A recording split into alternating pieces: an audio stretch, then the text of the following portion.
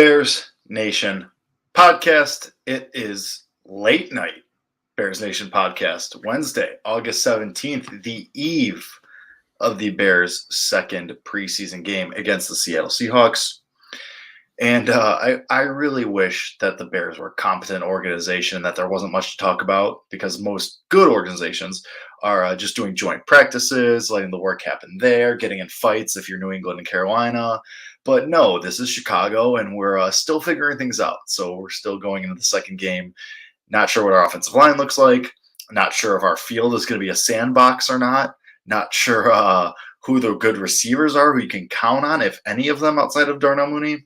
But that's why we're here. That's why you come here. That's why you come and listen to this podcast and possibly, I don't know, maybe watch this podcast as it's currently happening. But Kevin Lapka, welcome in. I mean, I wish there were less things to talk about, but alas, there are a lot of things to talk about ahead of the Bears' second preseason game tomorrow night, Thursday. It's not that bad. It's not that bad. Like, things could be worse, Jake. Let's be honest. Things could be worse. Could they be better? Yes. But could they be worse? Yes. And look, based off of what we saw in game one against the Chiefs, I'm feeling better than I thought I would, right? I thought we would have come on here like we do every Wednesday, usually 7 o'clock, but a little later this week, talking about things being disastrous, right? And it wasn't a disaster. There was a lot of positive things to take away. And yes, it's preseason. It's almost hard for it to be a disaster. And God knows it maybe would have been a disaster if the starters played a little bit longer, because they were getting the Chiefs were putting it on them. The Chiefs were putting it on them. There were some highs, there were some lows.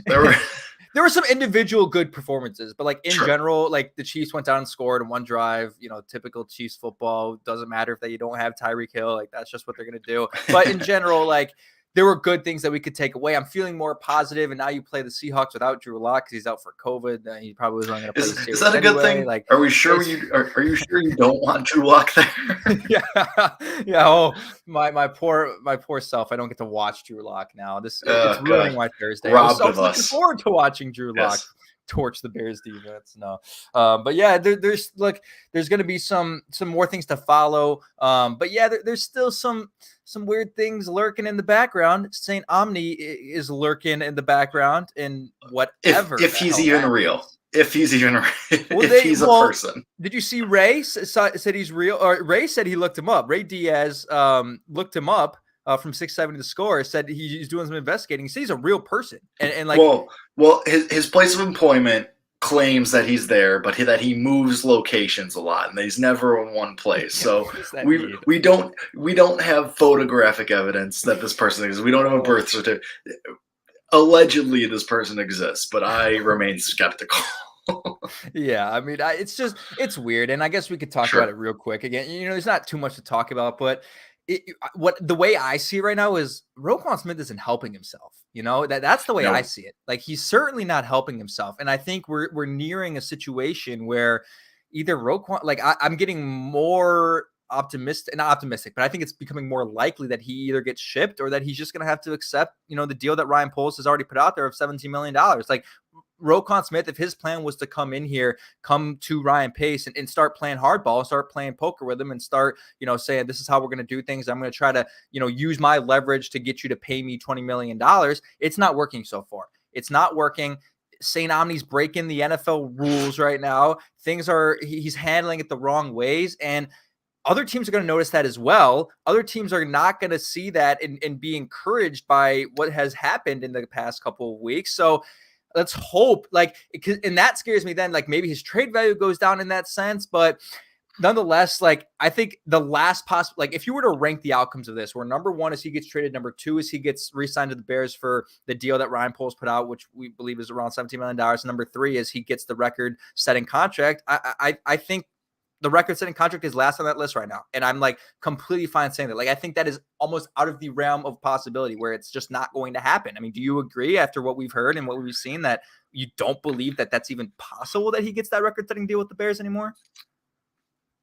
I still think it's possible, because here's why I think it's possible. I think that, last week we saw the Bears defense is going to be flawed without him. We knew this already. Obviously, you lose your best player, not just on the defense, but on the entire team. Your team will be negatively affected. Correct. granted, we prepared for this. We were ready for this. Even if we didn't talk about it, we were mentally prepared for the defensive effort and the defensive performance to suffer without Roquan Smith. That was a given. Now, granted, how bad it was and how flawed it looked at times against the Chiefs. And of course, it's the Chiefs. It's Andy Reid. It's their, high-powered offense. So that has to be taken into consideration too. But that helps Roquan Smith. Now, all the stuff off the field, of course, does not help him whatsoever. That makes things more complicated. It makes things. But the Bears' obvious, decline without him on the field is something he can point to and say, this is why I'm worth this money. Maybe I'm not worth that record-setting deal outside the market to a different team, to a Broncos team, to a Seattle team, to a whoever.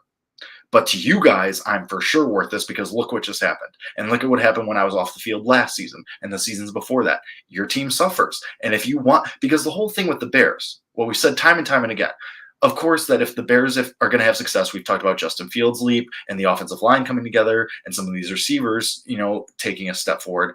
But the entire basis of the Bears being even competent this year was based on the defense being in the top half of the league, let alone a top 10, top 5 unit in the top half.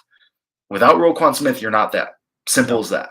Without Roquan Smith, you are not a top half unit in this league. Robert Quinn's great. We love that he set the franchise record. Awesome. We love what we think Jaquan Brisker and Kyler Gordon are going to be. We love what we think Jalen Johnson is going to be. Those are still up in the air. Those are yet to be revealed to us. We know Roquan Smith and the talent he brings, and we know for a fact that without him on the field, you fall off a cliff defensively. And he can point to that and say, you want to even be in the chance for a playoff spot? You need me on that field. I am worth this much to you. Maybe I can't get this money elsewhere, but you should definitely pay me this because this is what I'm worth here.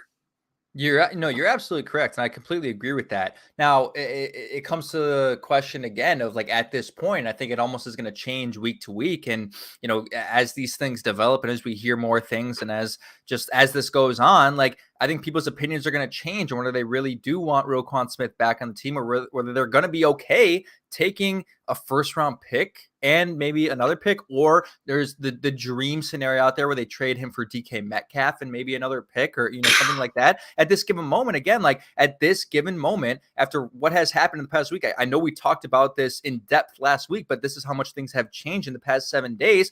What is your ideal outcome of this dispute for you? I mean, ideal outcome is still that Roquan Smith is a Chicago Bear. But again, you have to specify now. When you say that, are you okay with him being a Chicago Bear under that record-setting contract, or do you just want him to be a Bear with that $17 million third best linebacker in the league contract that Poles has set out? Right? I mean, you have to take that into consideration when you make that statement. I mean, ideally, as someone who's looking at the future of the Chicago Bears and their flexibility going forward, ideally you don't pay him that record-setting money that could potentially hamstring you in a couple of years. But, I mean, if you want the Bears to even be watchable this year, now that depends. Do you value this year more than the next couple of years? Now, for me, if he's saying, I want a record deal or get me out of here, I've been more, you got to look at the future because this year you're not in contention. Right. You're more on the former side of you can contend for a playoff spot. So it depends on what you value. But I think if Roquan Smith is demanding that kind of contract, that if you're Ryan Poles and you're sitting there and you're like, can't do it because in 3 years this is going to look like the Pernell McPhee contract. Now I'm not saying that that's what's going to happen, obviously, but kind of comparable in the way that Ryan Pace gave out that huge contract, hoping that this guy would be the base of your defense that you could build off of, and then fell off a cliff. Not saying Roquan Smith's going to be that, but I'm just saying that there is a very loose similarity. I'm making a very, very loose connection here.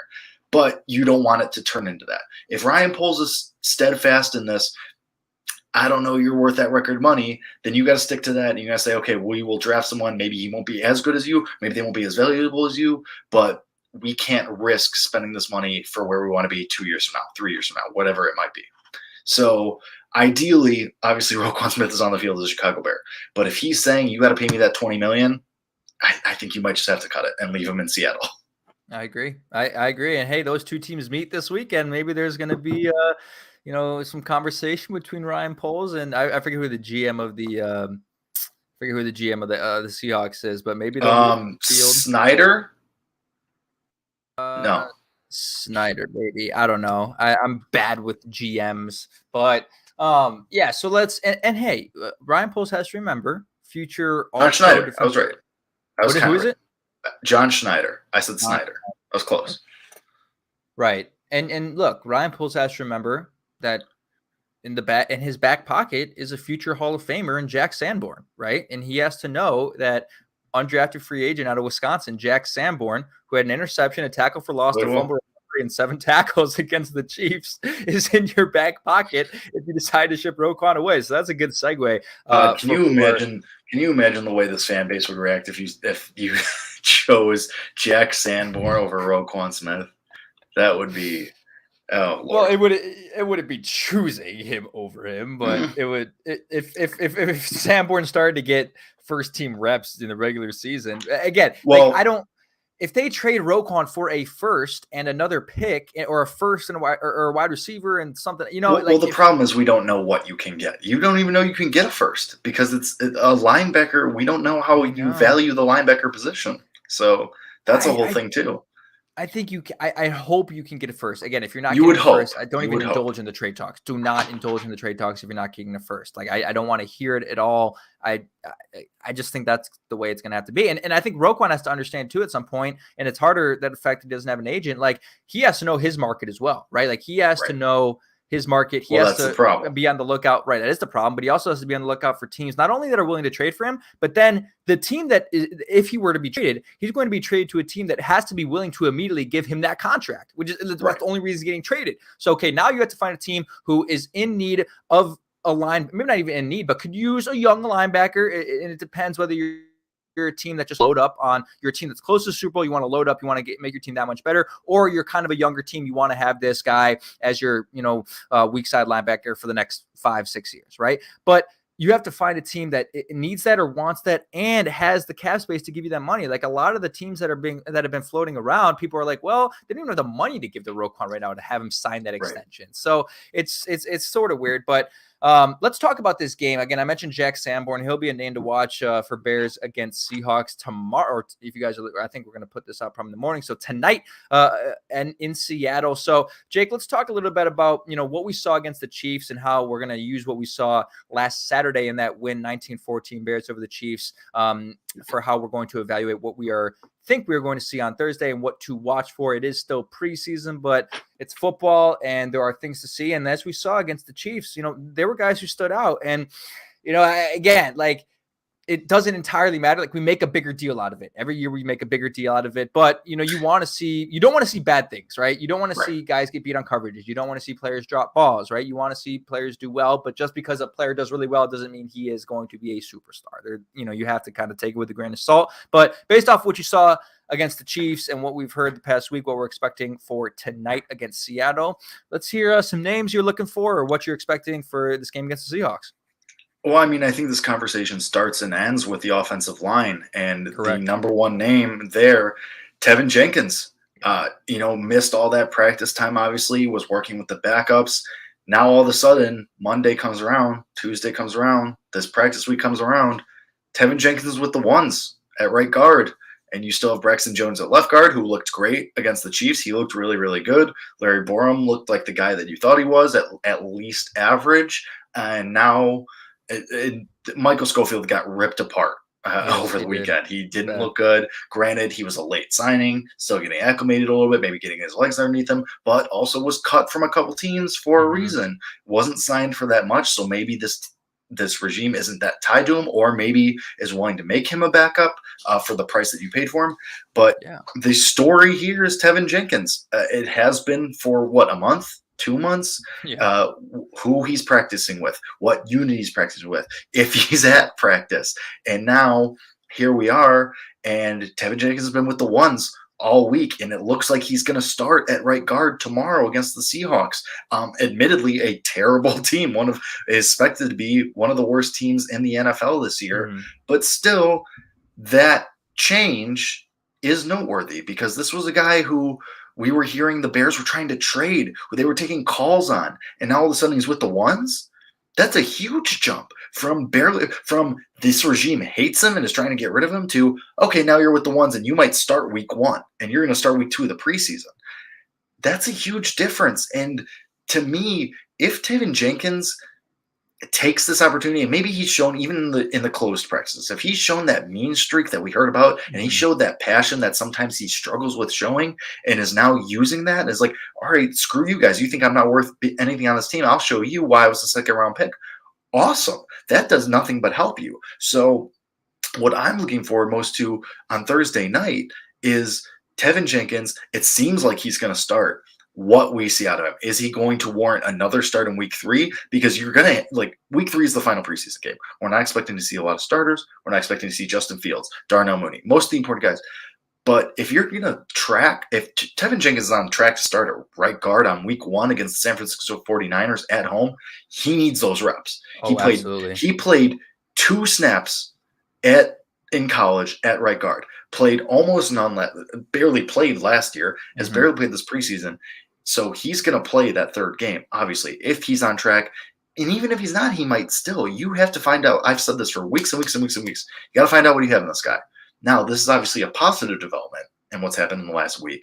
But all eyes are going to be on him because that's going to say a lot. Now, does it make you feel good that you're going to have a second-year player at right tackle and essentially a rookie at right guard and a true rookie at left tackle? Doesn't make you feel great, especially if Lucas Patrick is out week 1 still recovering from his thumb injury, which could be a whole can of worms in and of itself. Obviously, we're hoping, fingers crossed, that Lucas Patrick is ready for week 1. But that's a whole thing in itself. But back to my original point, Tevin Jenkins is going to be the focus of everything. Because this is such a flip. This is such a 180 from what we were hearing, from what we knew about Tevin Jenkins. And I was like, all right, right guard with the ones starting week 2 of the preseason. It's crazy. And what's going to happen, because, we got to see how he works with the offense too. That's going to say a lot as well. So conversation, obviously the offensive line, how they struggled last week, starts and ends with Tevin Jenkins because still has a ton of potential. It's just we don't know what you have in him. You're absolutely right when you talk about this being a 180, because not only were there trade talks, there was legitimate, questions that he could be cut. Like there was weeks ago, there was conversation, they might cut this guy. And now he's gone all the way from, being, this bottom of the barrel third stringer who might get cut to now starting with the ones. And look, I said last week, I said at Family Fest, Tevin Jenkins was practicing at tackle. And I said, I think on behalf of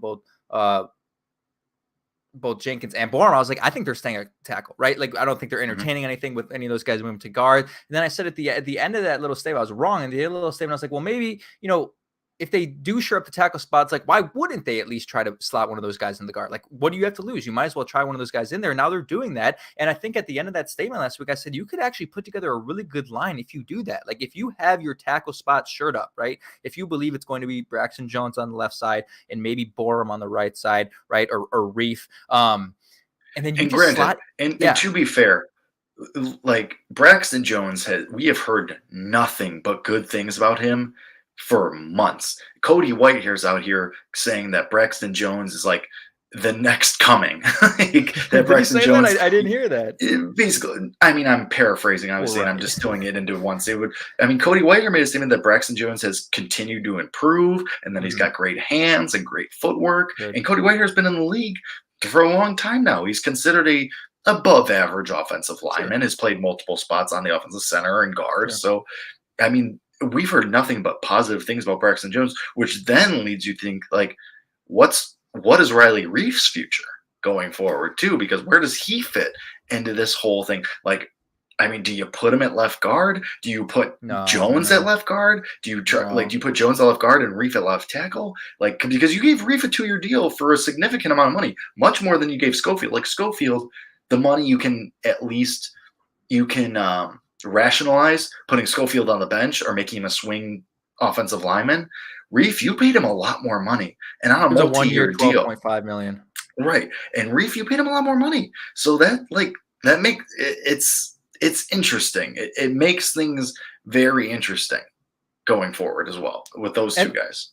And again, like these are good problems to have. Like I Oh, said this last week, 1,000%. these are great problems to have. Like you were like, oh well, you get a little iffy if you have Braxton Jones at left tackle and then Borum at right tackle and then Jenkins at right guard. And like, yeah, maybe for the first couple of weeks it's iffy, but if you're talking about the broad view of the Chicago Bears, which is really what every conversation should be surrounded, is like, Sure. we know that this year is likely not a contending year. Do we think their ceiling could be 8 to 9 wins? Yes. Is it likely a contending year? No, probably not. So you have to look at these things forward thinking. And if your starting offensive line has 3 very, very good young tackles and guards and linemen, like you are in a great spot for the coming years. And for this year, at might least, be a well, leap. I didn't say, did I say studs? Okay. Did. Okay. Maybe I did. Maybe I didn't. Some guys who could play, some young guys who have showed promise who can play, right? Instead of just, okay, we're going to slot in older guys. Like I'd rather have those guys start, get reps. And then if one of them goes down, that's why you have Schofield. That's why you have Reef. Or if one of them really struggles, slot in Reef there for a little. Like there's no problem in doing that. Like it's not like the quarterback position where you're going to damage the guy's career forever if you take him out for a week and if you put Reef or Schofield in there for 1 week. You know what I mean? Like you see these things all the time. If guys struggling on the line, slot him out, bring somebody else in, have him figure it out, and maybe give him another chance later. Like it's not like, oh, bring him out for a week and having Reef start is going to damage his career for the next 10 years. Like that's just not how it works on the line. But I think I back to Tevin Jenkins. Like I'm going to watch this because I really think he's got a shot to be a better right guard maybe than he is a tackle. They said his athleticism score as guard. That was his college position too. Exactly. And his athleticism score as a guard is like in the upper echelon of all guards in the NFL. And it's not the same as a tackle, but as a guard, like his athleticism score is very, very high. And that's exactly what they want out of this line. They want a quick offensive line that's going to be able to pull guards and do a lot of these things they want to do when they're doing counter and they're doing, run heavy zone reads and stuff. They're going to need these guards to be athletic. And that's what Tevin Jenkins is in that spot. And I really, really like that they're at least entertaining it, right? They're giving it a shot, and no better time than a Thursday game against the Seattle Seahawks to try that out. And I think he's going to get a lot of snaps. And against Kansas City, there was one play, our guy Nicholas Moriano from CHGO Sports pointed out a play where he just absolutely pummeled a guy, brought him to the ground, and the Kansas City Chiefs defender's helmet fell off. Like this guy still has, we know what Tevin Jenkins is bringing to the table, right? Like this was no surprise last year. It's no surprise this year, like who he is. He is a high energy player who's, relentless, and he's going to bury you into the ground, and he's athletic as a guard, and he's an asset. And I know I feel like I might have downplayed it weeks ago, like the whole trade thing. And I was like, maybe I'm not that concerned if he gets traded because we have all these guys. When we talked about it, it was because he didn't have a ton of value. Like who realistically was calling the Bears up being like, yeah, let's talk about Tevin Jenkins. Right. Exactly. Like not many people. And now he could be, there is legitimate possibility that at the end of the year, he could be your best lineman. Like I truly believe that if he, because look, we still are kind of in the dark about what happened. Sure, his ceiling, right? His ceiling. Okay, I'll give you that. We're projecting here, but we're still like nothing. There was never a confirmation that Kevin Jenkins is bad at football. Like we're still in the dark about what happened for that period of time while he was, while the trade rumors were going around. Like we don't know if he was injured, and I guess we'll never know because he declined to talk about it, and he doesn't have to disclose anything. But it wasn't because he was bad. They weren't benching him from, like, you don't bench players from practice. Like he could have very well just been dealing with something personal, maybe, or just something, a nagging weird injury, maybe the back, the back thing. And now it's like, okay, it doesn't mean he's a bad football player who's just out. Like same thing with Tom Brady. Tom Brady's just absent from practice. Doesn't mean he's bad at football anymore. It just means something's going on and no one's going to know. But now, we thought that potential was there, right? Before camp, that he could be the best player on the line. Tell me why, what reason we have to believe that we still shouldn't believe that, right? Because it's been nothing on the field. It's been all, speculation and things. Well, other than the third string thing. Sure. But I mean, the third string thing even was because he hasn't played. He legitimately has not been on the field. So you had no, exactly. Like even the third working with the third stringers, we were like, well, that kind of makes sense because he's been injured and he hasn't seen the field for the most part in the last year, 2 years. So yeah, I mean, the Tevin Jenkins situation is very, very interesting. I mean, you hear people say that the Bears have one of the worst offensive lineman groupings in the league, and that a lot of that is because of you don't know what you're getting. Is Larry Borum a guy? Don't know. He could fall off a cliff in year 2. Is Braxton Jones a guy? Or do you have to rely on Riley Reid for Michael Schofield? Is Tevin Jenkins anything? Is Cody Whitehair still reliable? Is Lucas Patrick going to be healthy? So a ton of questions. One thing that we know for sure, Justin Fields, unquestioned starter. We made it 25 minutes without talking about Justin Fields. Good for us. Your thoughts on Justin Fields' performance, albeit a shortened performance, a brief performance in week 1 of the preseason on the sandbox that is Soldier Field. I just don't understand how they can't get it ready for gameplay. People said, it is insane that passed inspection. It's insane. I know, and it was. I think it's and if anything, it's crazy that the city of Chicago was like, "Well, why do you want to leave?" Right, and there's your answer. That is your answer. Look, if you know what side I am on when it comes to stadiums, I want them to stay at Soldier Field. But if when it comes down to it, like that should be the kicker. That should be what we saw on Saturday. And if that continues throughout the regular season, that terrible field condition, that should be the kicker. That's just on their Arlington Heights. Absolutely. Nothing about traffic, nothing about, talk about how this affects the team. Playing condition. Yeah. Justin Fields is out here saying that he's saying, yeah, this field kind of sucks, but you can sometimes use it to your advantage. Yeah. Like, what? Like, that's terrible. But back to Justin Fields and his performance. It's preseason. Right? And he made some very good throws. That throw to Tajay Sharp, great. Stood in the pocket, got hit, released a throw where only Tajay Sharp could make that incredible catch that he made. Although it's just preseason, I would like to see a little bit more urgency, I think, and a little bit more like of an attacking mentality from Justin. Like it felt like he was, just kind of chilling back there, and he made some good throws. He did nothing bad. He didn't throw an interception. He didn't look terrible. I thought he looked good. I thought he looked okay. But I want to see, let's attack, man. Let's attack. Let's get after it. Like when you watch Mahomes, Mahomes is on a $500 million, $500 million contract. Why he played, I don't know. But you noticed Mahomes was in there attacking, right? He was in there, it felt like he was attacking the Bears defense. I want to see Justin Fields in attack mode, like ready to go, because that's when he's at his best. Like, I think he was kind of, chilling out there. This is preseason. I'm going to take it chill. We know what happened to Zach Wilson the night before. He tore his ACL, right? Like, I don't want him to go too hard and go crazy and injure yourself, especially, as you mentioned, on the sandbox at his Soldier Field. But I kind of want to see, let's go downfield a little bit. And some of that might have been out of his control. It didn't seem like they were doing a whole lot of downfield activity with Luke Getsy's play calling. There was some things that they did with, Darnell Mooney and that incredible catch that he made. And it looks like that connection is everything we think it will be. Mm-hmm. And that throw to Sharp is a little bit downfield, but take a big shot. Let's attack. Let's see a little bit of something. And I will say that the line did not give him a ton of time. Did not give him a ton of time at all. And I think what I've seen people say, which I think could be sort of true, is I do think there is an aspect of his game right now that is a little bit of PTSD from last year. Like he does seem like he gets a little bit shaky in the pocket when it's collapsing and he has more of an urgency to run instead of throw. And look, for people who think that's a big issue, everyone on earth said that was the issue with Lamar Jackson the year before he won the MVP season. And then he won the MVP season and shut everyone the hell up about that. So I'm not worried about that as like a greater implication of his game. But I think there's legitimate reasoning that, I got pummeled last year. Maybe I do want to, scamper out of the pocket before a 300-pound freak of a human Myles Garrett or Aaron Donald comes after me, right? Like you can't blame the guy at all. But that's my evaluation. Like again, we only saw a couple of series and they weren't that aggressive offensively. I think Luke Getsy's really, really hiding, some of the things that they're going to do. I do agree with that. I saw that, but do you have a different evaluation or is it kind of the same? No, I agree with you. Obviously, it would have been nice to see points from the first team offense. The throw to Darnell Mooney where he high pointed it over two defenders was a great throw, was a great catch. That connection, as you mentioned, looks like everything we thought it would be. I mean, Tajay Sharp looks like he's carving out a role for himself. He looks like we talked about last week.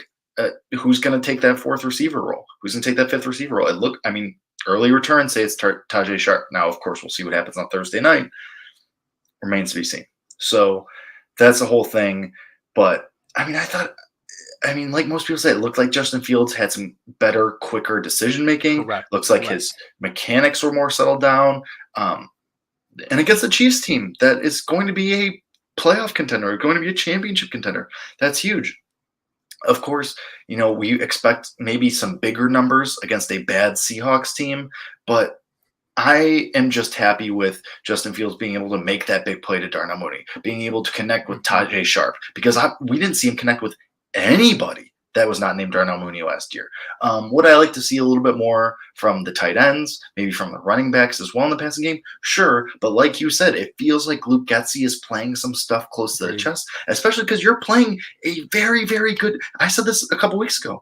You're playing a great Niners team. You're playing a team that is expected to contend for the Super Bowl in the San Francisco 49ers. And Kyle Shanahan is tuned into these games trying to take any little detail he can, especially if the 49ers are going to be missing a couple guys going into week 1. We don't know who they're going to be with. They have some injury issues going into week 1 too. So, they might be missing 2 of their starters in the secondary. So they might be missing the Wards, which is huge for them. Those are Pro Bowl players. So Kyle Shanahan's looking at these games being like, all right, let's see what I can glean from this. And Luke Getsy, I'm sure they're talking about these in these meetings being like, Shanahan's dialed it. He's trying to pick it apart whatever he can. We got to play some stuff close to the vest. I'm sure they're doing that because it's the NFL and there's only 3 preseason games now. So it's condensed. There's for sure. And granted, we're I'm 24. I'm the oldest person on this. We're idiots. We're dumb. We don't know. Neither of us have ever held a clipboard on an NFL field. Obviously, we push buttons for a living. But there is something that you can glean from watching these teams. There is things that are well known in the NFL, and it's that, especially if you're Kyle Shanahan, a guy who likes to have as much edge as he can, you're going to try and take as much as you can and get as much of an edge, a step forward as you can on your opponent. And from what we heard, Luke Getsy's a smart guy. He knows this. He comes from technically the Shanahan tree. So he knows this. He knows the game. So I do think we are not seeing the full potential of the Bears offense in the preseason, which I think is smart, obviously.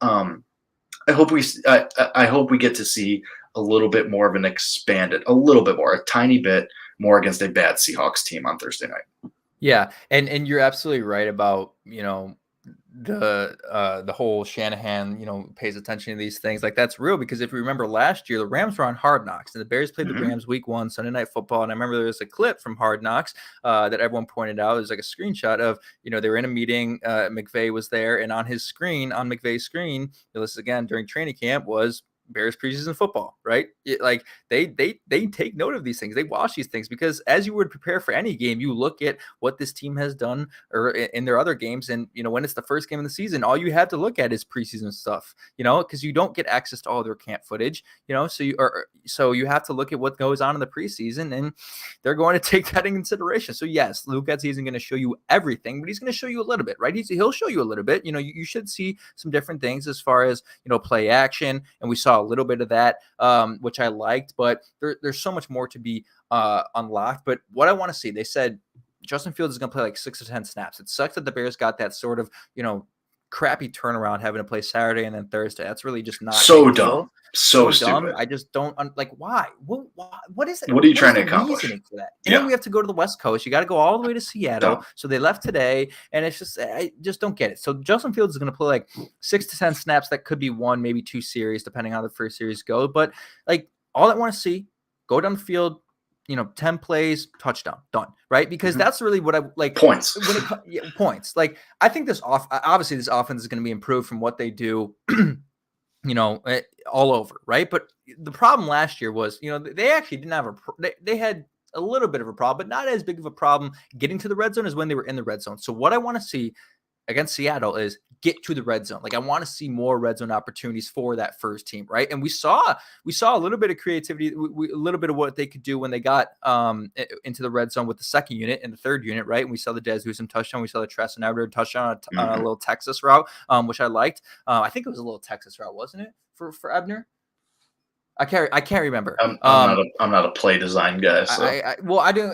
He caught that touchdown, right? I'm blanking on that. Yeah. I think it was Texas. Anyway, I want to see what they're going to do in the red zone with Darnell Mooney and Justin Fields, because again, I think Darnell Mooney could catch 8 to 9 touchdowns this year if Luke Getsy uses him the way that Devontae Adams was used. And all we're hearing in camp is Bears get in the red zone, touchdown, Fields to Mooney. Like that, every time it's either a touchdown to Fields to Mooney, and it's like no one else, like that every time. So that's, if you want to do a little bold predictions thing, I know we're going to wrap here soon. We can do, a quick little bold predictions, nothing too crazy. It's just the preseason. My first one I would say is that I think we see a touchdown Fields to Mooney on the first drive. I think they go right down the field against the Seattle defense that you should move the ball on. And I think we're going to see something, really cool and creative that we haven't seen, that, maybe Mooney comes into motion and then runs, back into a slant. I don't know. We're going to see something creative, something different where Mooney gets open, Justin Fields throws him a touchdown. That's my one big prediction. And before I give mine, just real quick, we highlighted Tristan Ebner going into that game. We said this guy, it seems like coaches are talking about him. It seems like people love what he brings. He was a productive college player, gets a touchdown in preseason week 1, and it looks like he's could be a guy going forward. Just something to keep an eye on. Obviously, will be a guy. And when we talked about his special teams contributions too, so he's definitely making the roster, I think. And we'll see what happens. And we'll see what. And the Bears are looking for a punt returner still, so that's the thing too. My bold prediction will be this. I agree with you. I think the Bears' first unit offense does get a touchdown. I do think it will be on the first couple drives because hopefully you get some extended playing time. I think it's Cole Kmet. I'm going to go back to my guy. I was right on it last year. I was banging the table. I think it's going to be Cole Kmet. I think, like you said, I think we get an expanded playbook. We didn't see much of the tight ends last week. I think this is the week. They know that they need to go for this. They need that he needs to be involved. He needs to be one of your top guys, at least top 3, if not top 2. So, yeah, Skocks was on it. He said Daz. He said Ebner. I'm going to take credit for playing the Ebner brainworm, but still, I think it's going to be Kmet. And as a backup, I will say Fields runs for 1, if not. Wait. Okay. I see what you mean. Yeah. If he doesn't throw, my second bold prediction will be Fields runs for, because we didn't see him run that much. Obviously, it's on the sand pit. There wasn't a lot of design things. He was having to scramble a little bit when the pressure came. That goes back to we expect to be opened up a tiny bit more. So that's part of that. It absolutely should be. Real quick about Ebner, I think he has a legitimate possibility, like almost push Herbert a little bit. Like I wouldn't say push him to where they're like even close to being equal in snap count this year, but I think you're going to see a lot of Ebner on third down. You might see a lot of 2 running back sets where Ebner's in there with Montgomery, maybe because of his receiving ability. Things like that. Exactly, 1,000%. Especially coming from Green Bay, where they had 2 very capable running backs. 1,000%. I completely agree with that. I would always get a little bit nervous when I saw the 2 running back sets there in the backfield. Like you've got the quarterback, and you got split out wide to the left and the right, the 2 running backs. I always think those are creative formations. A little bit of 21 personnel or 22 personnel or something with 2 running backs and 2 tight ends. Like that's cool. Like I always, why not? And we want different. We want different after the vanilla and the bubble screens that we've seen for the last 3 years. So why not? Completely agree. And maybe I'll give you one more for you. Let's do. All right, go one more. It's dependent on who plays, and that's one thing I really hope we see a lot more of these guys healthy, because there were a ton of guys out last week, and it's like I want to see Kyler Gordon play football so bad. I want to see Pringle. I want to see Velus Jones Jr. Which he practiced this week, so it looks like he'll play. Kyler? Yeah, he did practice, and I think Kyler Gordon's gonna be an all-pro in 3 years. Like I think that guy is very, very. He's just an athletic freak, and I got a thing for athletic guys. Like that's just if you're super athletic, like I'm just gonna project you to be that much better. I think Chase Allen scores a touchdown. I don't know why. I just got this feeling. It's just a name. It's just a name. And let's give a little love to Chris Finke too. I think Chris Finke could find the end zone. He was the guy named to be the training camp hero. I wouldn't say he's quite lived up to it. I actually don't know who he would declare that to be. I feel like no one has really. Jack Sanborn.